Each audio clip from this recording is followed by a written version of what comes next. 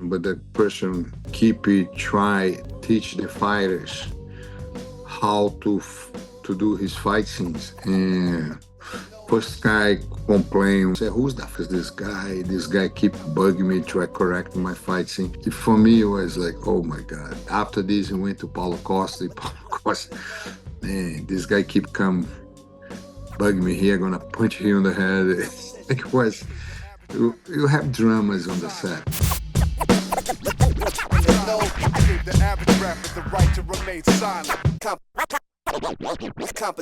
Welcome back to FURYCAST. But first, make sure to like this video, subscribe, and of course, smash the bell for notifications. Today's a big show, a very big show. We have a legend in martial arts, a pioneer in Brazilian Jiu-Jitsu. Please welcome on FURYCAST today, the legend himself, the one and only, Rigan Machado. How you doing, sir? I'm doing amazing. Awesome. I'm so pleased to have you on, so honored to have you on.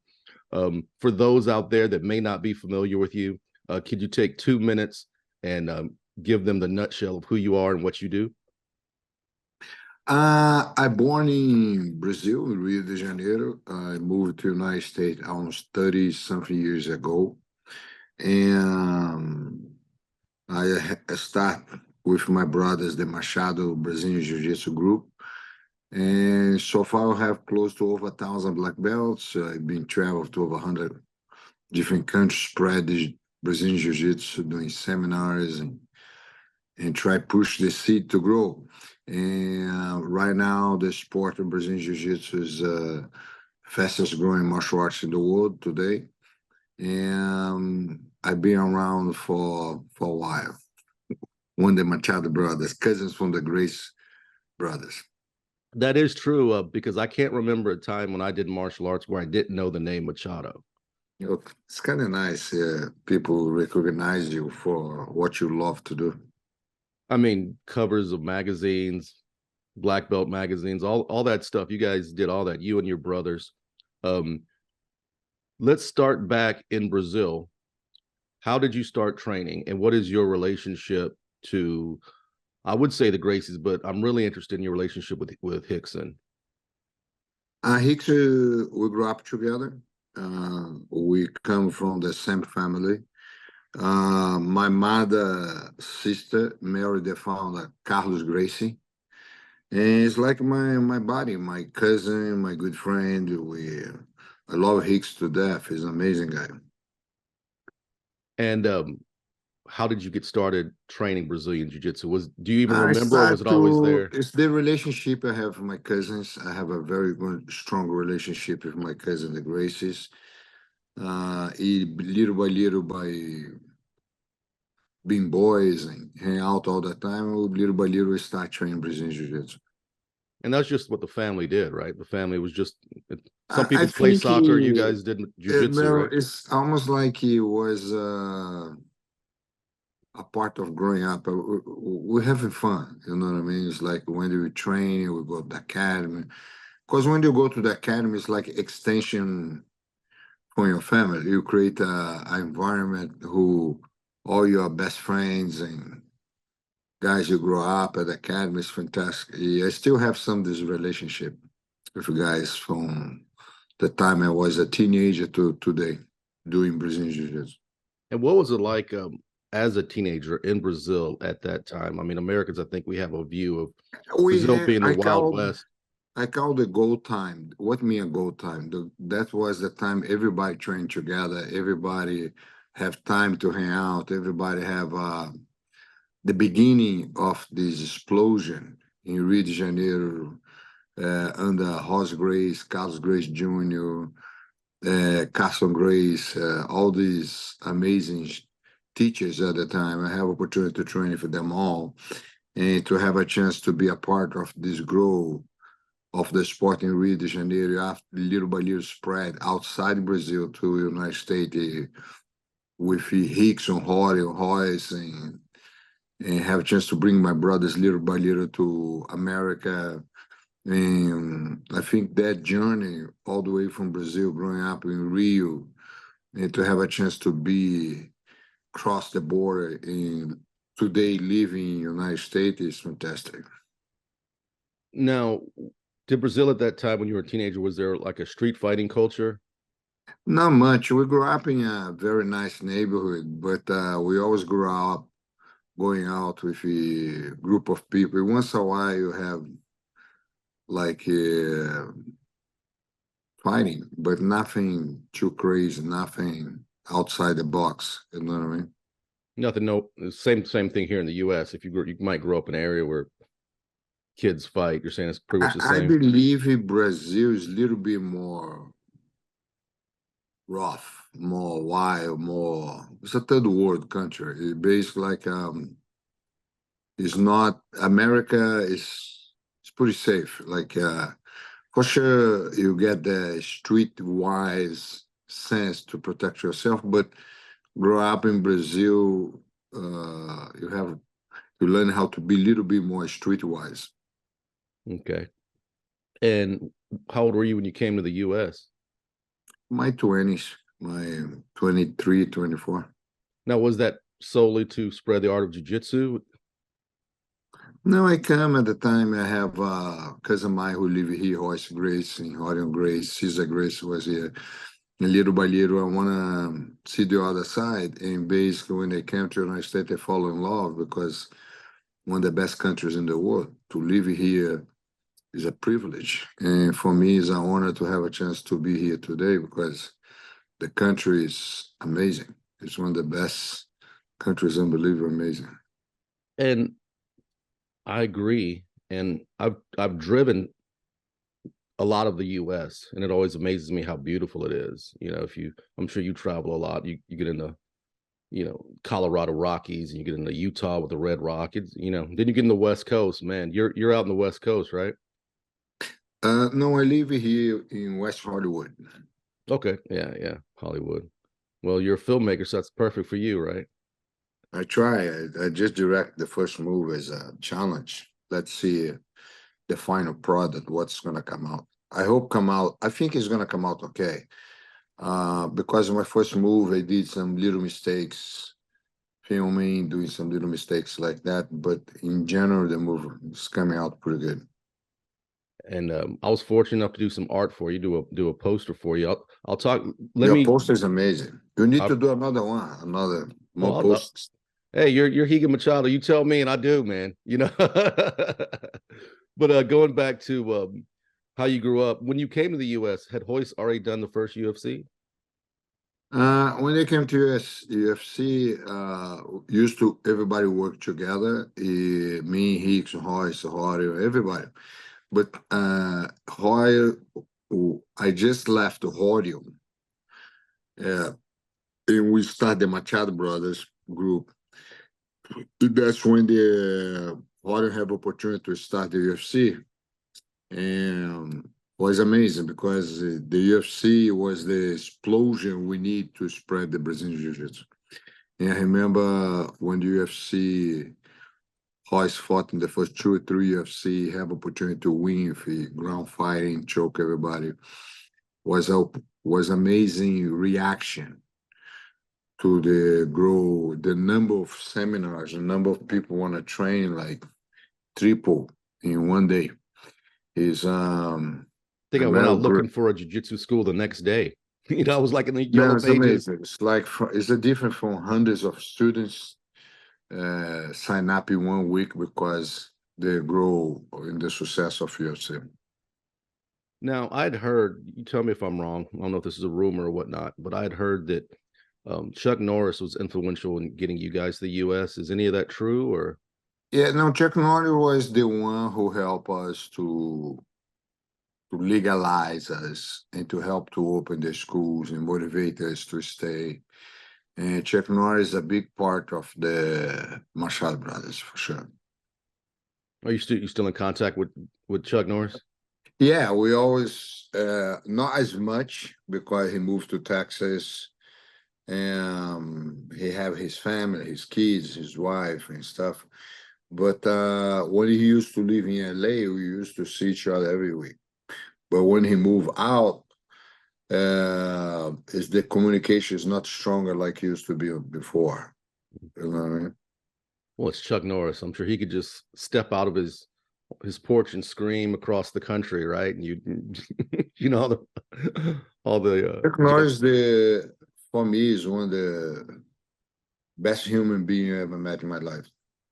I believe it. I believe it. Yeah, he's I tell people that he did the movie Sidekicks here in Houston, and I've mentioned on the podcast before that they needed extras. And I was probably 15 years old. I skipped school, went down to where they were filming this big tournament scene, and I'm part of the mass crowd there. But I really got to watch uh, cameras, the way that people set up cameras, the way camera ops move, the way the DP, who was Aaron Norris, who was his brother, I'm sure you're familiar with. Derrick Norris, yeah. Yeah, the way Aaron navigated the space and commanded, and how he directed. I think that was a big part of like me getting really interested in being a filmmaker. Also a martial artist, of course, but I was always interested in that. But let's go back a second here, and so now you're in the now you're in the United States, and um, it's blowing up. What happens next for you? I think the next thing was the world tour seminars, and little by little we start travel all over the world and have opportunities to teach a lot, have opportunities to get to know other countries. For me, I always love to travel. To have a chance, the opportunity to travel around the world was amazing. I'll follow you on Instagram. You just got back from overseas, right? Or I was in Australia, New Zealand, and I spent like 6, 7 days in Bali. oh wow. And can you tell the people listening? Can you explain all your brothers? Can you tell My people? brothers. Yes. My youngest brother is John Machado, who live in Texas, in Dallas. After this, have Jean-Jacques Machado, have a school in something on the valley. He live over there. Myself, I live here in West Hollywood. I have a school in Beverly Hills. I have another brother, Roger Machado, older than me, who have a schools in Pasadena. And Carlos Machado have schools in Dallas, Texas. Yeah, I have a few friends that are Carlos Machado black belts. I'm here in Houston.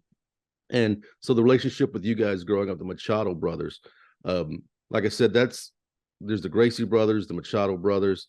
Um, I can't think of any other families that deep in the martial arts with that the command. You say the name, it commands that level of respect, like the Gracies or the Machados. Yeah, we a part of the beginning, of the journey, and the Grace, the Machados have a very good reputation to be the group who pioneered the Jiu-Jitsu, not just United States but around the world. These give us a good reputation.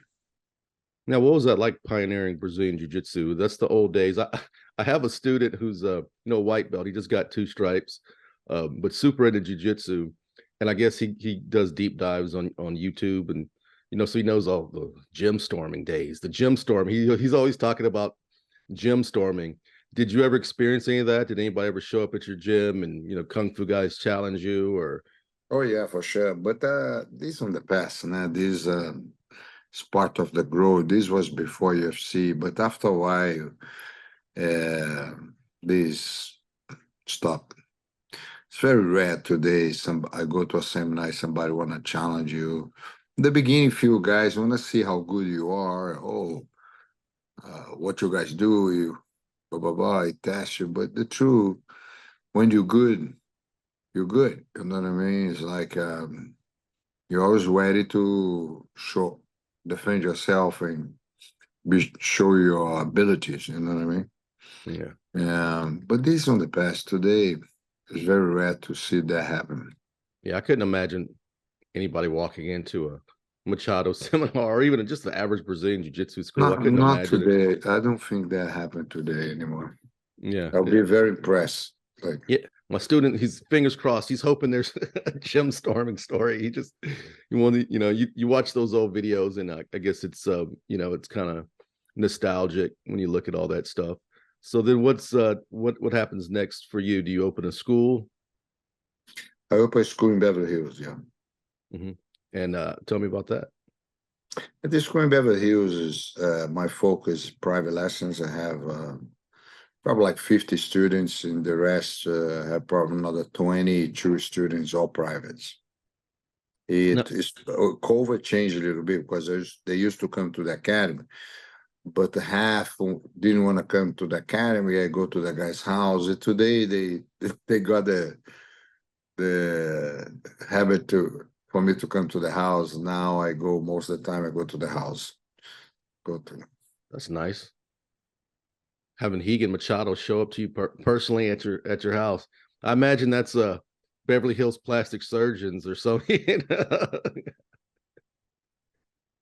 So then, so you open your academy, you travel around the world. Um, excuse me, getting over a little cough here. But the whole time you're doing all that, there's a passion inside you to also tell stories and be a filmmaker. No, I always like movies from early age. Hollywood always been love story for me. Like I was fanatic about the movie industry. When I opened school in Beverly Hills, little by little, I start get the opportunities to teach people. You have opportunities to start teaching celebrities, actors, directors, and little by little start doing some fight scene here, some choreography here. Little by little, you fall in love, start want to get involved in doing fight scenes, to become a stunt coordinator, try to do production, producing this, produce that. And for me right now, to have an opportunity to direct my first movie is a process of challenge, to see, put up or shut up. Let's see what you can do. And based like I direct this small film for right now in post production. It's called Blow for Blow. It's a kids movie. Yeah, I'm excited to see the final product. What's gonna come out. Yeah, I'm super excited too. I did want to ask you before we talked about Blow for Blow. You mentioned working with through jiu-jitsu, working with a lot of celebrities and directors. One of my favorite directors and a mentor of mine that I've never met, but I read all his stuff, watch all his stuff. Mr. David Mamet. Have you had an opportunity to meet him? Yeah, I coached him a couple times. David Mamet. It was a very unique experience because for me, David Mamet as a writer is it's amazing. Is as everything he direct film movies here and there, but his writing is fantastic. It's like he's a great writer. And to have opportunity to learning some point views of the film industry with him was a very good experience for me. Yes, I mean I'll watch his movies or even like Glenn Gary, Glenn Ross. It's kind of a hard sell to get my wife to want to watch a movie about, some sales guys, but the dialogue is so captivating. Then of course he's got the best actors in Hollywood doing the dialogue, but um yeah, it's really he's really a fascinating individual and a very intense personality. Am I correct? Is he as intense on the mats as he is as a director? He's very quiet, very serious guy. You talk to him, he's not like but because I'm a jiu-jitsu guy, I think when you have a lunch or coffee, always have a very interesting conversation to, what I mean? He's the best. He's to get to know a guy like that level is, for me, is fantastic. Yeah, I can't imagine. Yeah, I'd love the opportunity to be able to sit down and pick his brain and have a conversation with him. And were you involved in any way with his movie Red Belt, his jiu-jitsu movie that he made about 15 years ago? Actually, was my brother John was Was the in the movie. one. Yeah, who was what I haven't won my student black belt named Renato Magno, who was the one who called us to come on the set to talked to David Mamet. He ended up putting my brother to have a fight scene with the lead actor and training the actors, and was a phenomenal experience to have that kind of experience, to be involved into behind the scenes, né? To meet Rodrigo Santoro, to meet Alicia Braga, the people on the set, was a very good experience. Yeah, the all-star cast, just a bunch of great people. And that's your brother that Chiwetel's choking out right on the poster. Yeah, my brother John. Hollywood, right? So take us through the process of your movie, Blow for Blow. So I'm very excited about. It's a story about bullies, about kids. It's like basically the simple story is about two guys used to be partners in gangsters, and the moment one day the gangster have a son, he stopped to be a gangster. He become a chef. But the other one was a gangster. His son become a kind of gangster a little bit. But the path of the kids cross over. And the gangster kid beat the other not kid who was not a gangster.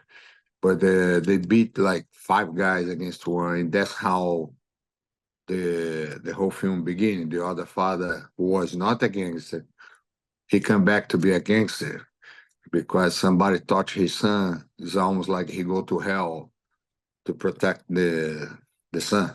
He's a very cool story, like underdog, have a little romance between the lead star and his best friend. And I don't want to tell too much what's happened, but the story is beautiful.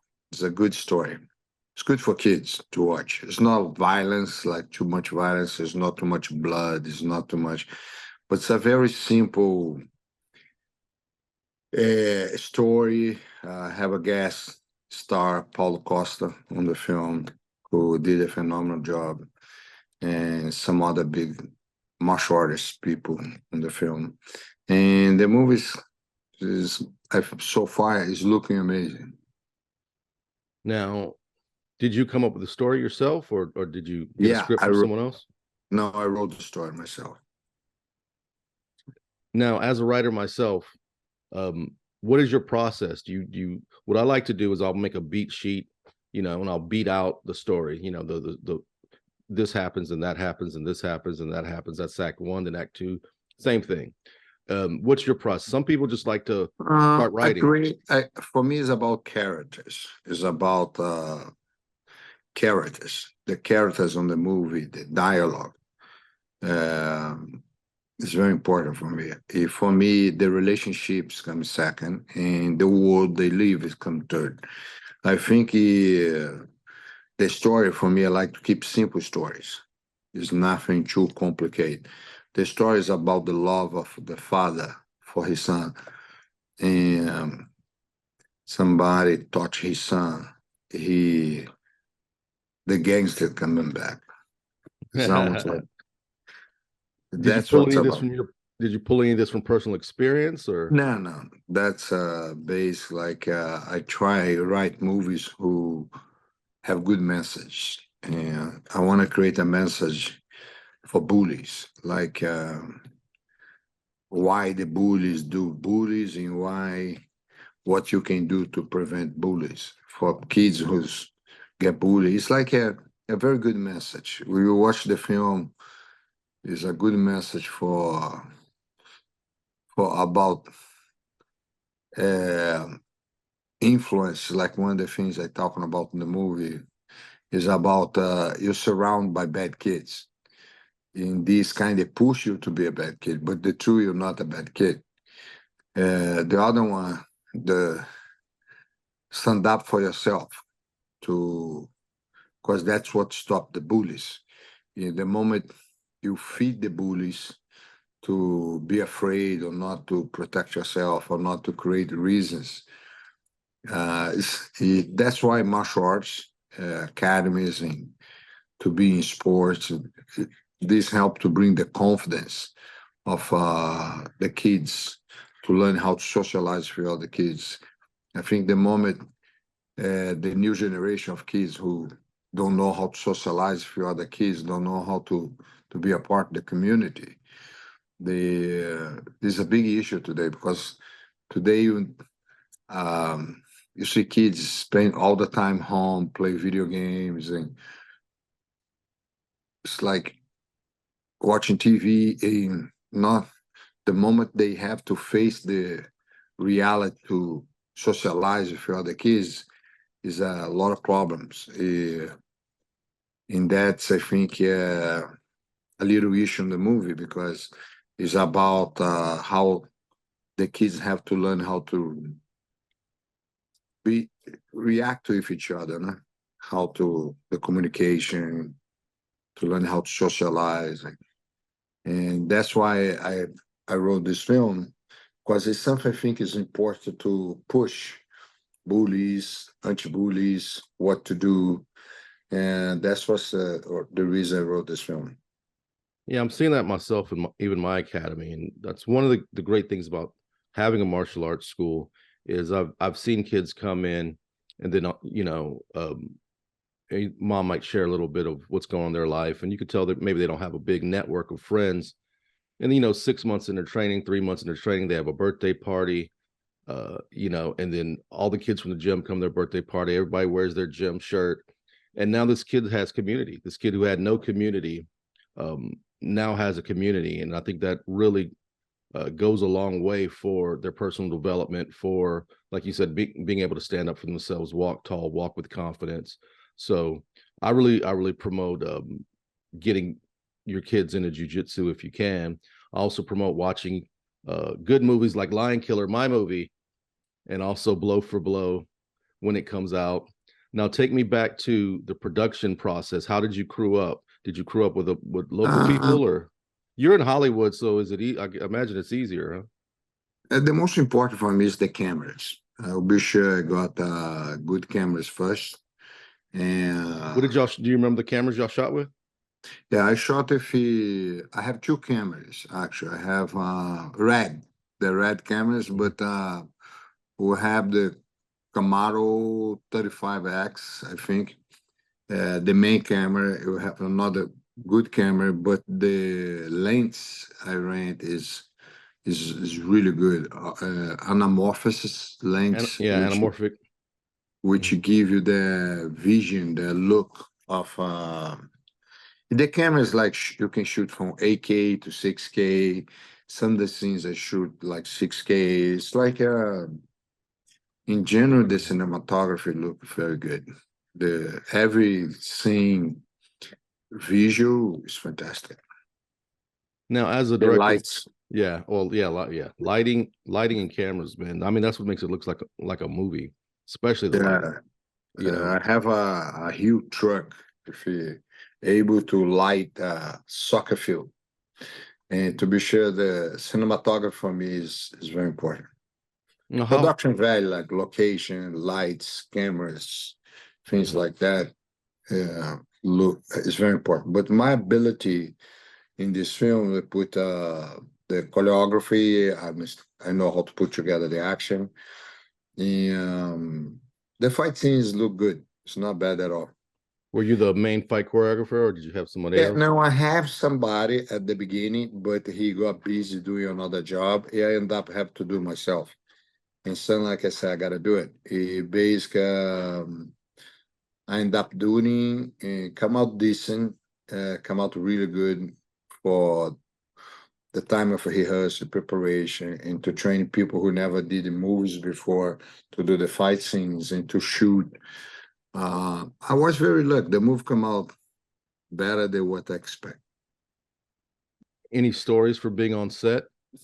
Yeah, we have a story one sometimes like I don't want to say the name of the person, but the person keep it try teach the fighters how to do his fight scenes, and First guy complained was the Olympic champion Taekwondo. I said, "Who's the fuck is this guy? This guy keep bugging me to correct my fight scene, which we rehearsed before.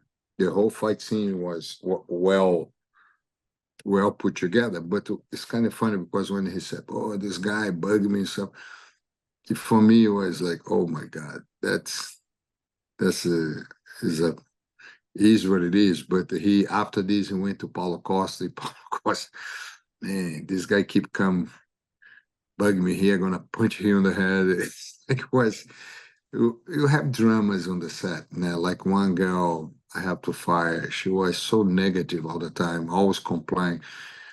And the energy for me is very important to have on the set. I told my love, go home today. We need you. I let you know right away. I let her go because it's very tough. Is you start like 5 in the morning, go sleep 2 in the morning every day for 3 weeks, and you get somebody have bad energy. It's tough. You come to a point. I don't need you in the set to bring this kind of energy. Like, is what it is. Problems like permits, problems. Uh, the car who's supposed to deliver the food broke down. I had to find a new truck to pick up the food to bring for the people on the set. Because the set have like every day between 50 to 60 people, and you have to be sure you feed everybody. Little problems like that. Sometimes you is what it is. You have to, it's no problems. You have to do it. You have to figure out the solution. Um, it's like when you do a film, it's like so many little things happen. Like, example, I bought so much water for the whole people, like box and box of water. And the water finish, like around the middle of the day, no more water. Yes, I brought water enough for 300 people easy for the whole day. Wow, how the water finish so fast. Yeah, remember people get the water, have a sip, put the water somewhere. And I found over 200 bottles, almost like Drives me crazy. people have just a little sip and put the water in the corner, and almost like and the same with drinks, like any drink and juice, they have a sip, put the drink over there, or Gatorade. I start thinking like, wait a minute. You're Yeah, counting the dollar. I know I count the dollars. I'm like, it's not I'm like, that. It's the almost you feel like people don't give a shit. You know what I mean? Because some people wake up 4 in the morning to buy food for everybody, water, coffee, everything, mhm. to be sure everybody is cool. Is some people come and have a sip and throw the water like that. It's like little things like that. You have to talk to your DP to say, hey, talk to people from now. You know what I mean? To put the name on the water and to be sure you have your water. When you finish your water, come to me. Yeah, give you water. But it's a little details like take you away from the focus. But I have a lot of good people help me who day in the day help me so much to move forward. Yeah, I mean, as a director, you really can't do it alone. And if you've got even a small group of Yeah, people, the best way to learn is doing. I did a lot of mistakes. I learned so much. I believe in my next move is going to be better because you learn from your mistakes. I believe it's like a fight. You want to be a good fighter, just start fighting. In my philosophy, in films, directing, just start directing, see how far you go. no, You know what I I mean? think that's really good advice. It's the truth. I mean, you could shoot a film, a short film, a feature, whatever on your cell phone if on your iPhone today. And like you said, you are going to make a lot of mistakes, but you are going to learn. That's pretty much how you learn jujitsu. You're going to get tapped out. You're going to learn how do I know not to stick my arm out over there That's because true. it got swiped. It got arm barred. How do I know how to posture and to go? Okay, because bad things happen when my posture is bad inside the guard. But yeah, so did you take any your I imagine especially, I made a jiu-jitsu movie, you're making a fight movie. A lot of what I've learned from jiu-jitsu, it translates into so much of life. It can't help but to translate into filmmaking as well. Do you feel like your journey in martial arts, your journey in jiu-jitsu helped you as a director? Oh yeah, for sure. I think the focus and the consistency to be calm. And I think Jiu-Jitsu give you a mental health and strength, which is amazing when you become a director. Whatever you do outside the box is gonna the train you have all your life inside the mat is gonna prepare you for whatever you do outside the mat. Now, do you have another movie coming out, or another movie you're working on, I should say? I have offers like crazy now. I have offers from people in Brazil, have offers from people wanting me to direct it. But the example, I don't work well doing things. I like to start something, finish. When they finish, I sell the film. Okay, what's next? I don't want to like to think about nothing right now, but my focus right now is to finish. Okay. What are you're writing your own scripts, or? No, I like to hire better writers than me to write scripts and stuff.